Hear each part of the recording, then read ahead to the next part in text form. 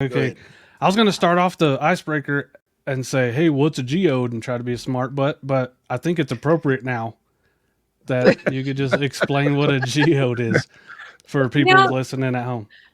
So, like, okay. So a geode really is called volcanic rock. And on the inside of the rock is like where the crystals form. But I'm not like entirely sure. I think it's like, geode inspired is, or like agate is like, if you open it up, it just has a bunch of, colors kind of circling, and then the inside, will have the crystals. But I don't really know like the exact, definition or. I'm sorry. Just tell them search bar. Search bar. Yes. So just bar. Okay. Let's rephrase it. Like, so your Geode Art. What could you just explain what that looks like to somebody that's listened that Okay. has never seen it? That makes sense. So that was a horrible question on my part. I'm sorry.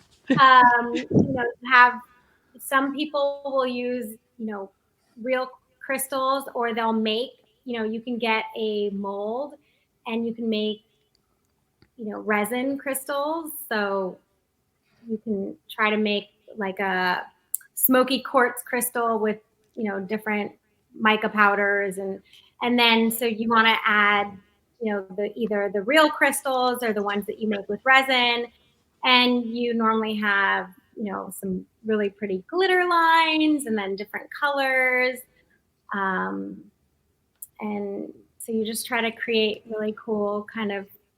I say it's kind of like Superman's house on the pole, where it had the crystals coming out and stuff like that. That's how, when I see people do that kind of art, that's what it reminds me of. Takes away his powers. Not the kryptonite, you butthole. Krypton.